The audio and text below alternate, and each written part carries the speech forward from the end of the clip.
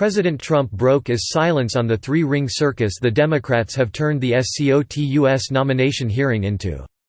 Trump said what he needed to say, which is that he wanted a full process, and for everyone to be heard, and that if there were delays, it would not be long. However, we know that there should be no delay, and the vote should take place as scheduled.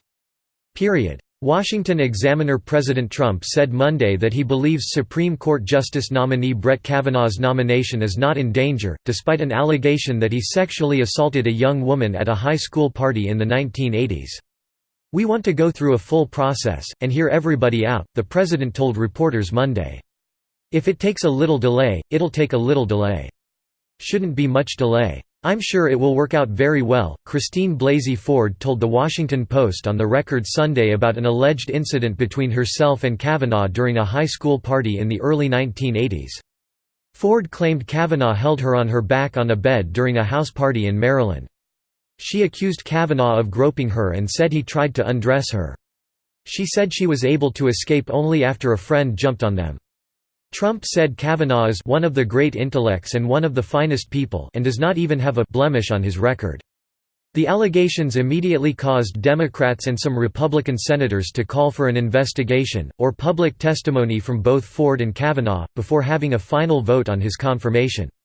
Senator Susan Collins, R. Maine, called on Senate Judiciary Committee Chairman Chuck Grassley Monday to let both Kavanaugh and Ford testify under oath before the committee before the Senate votes on Kavanaugh's nomination. That request could delay GOP plans to confirm Kavanaugh in the committee this week. One of the 11 Republican members of the committee, Senator Jeff Flake, R. Aries, has also said the committee needs to hear Ford out before a vote. "If they push forward without any attempt with hearing what she's had to say, I'm not comfortable voting yes," Flake told Politico. "We need to hear from her. And I don't think I'm alone in this."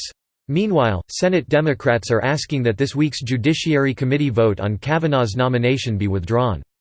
Democrats also want to have a new hearing in light of Ford's allegations. Trump said he wishes Democrats could have done this a lot sooner, but added that his administration is committed to go through the process of hearing all parties out. Ford's lawyer, Deborah Katz, said Monday that her client would testify before the committee. Kavanaugh has said he is willing to testify and answer any questions the senators on the committee might have. Kavanaugh was spotted at the White House Monday morning. The White House did not immediately respond to requests for comment from the Washington Examiner as to why Kavanaugh was on location. "I am willing to talk to the Senate Judiciary Committee in any way the committee deems appropriate to refute this false allegation, from 36 years ago, and defend my integrity," he said in his statement. Kavanaugh has denied Ford's allegations, calling them patently false. "This is a completely false allegation. I have never done anything like what the accuser describes, to her or to anyone," Kavanaugh said in a statement. "Because this never happened, I had no idea who was making this accusation until she identified herself yesterday." Kavanaugh has reportedly hired Washington trial lawyer Beth Wilkinson to support him in the wake of allegations.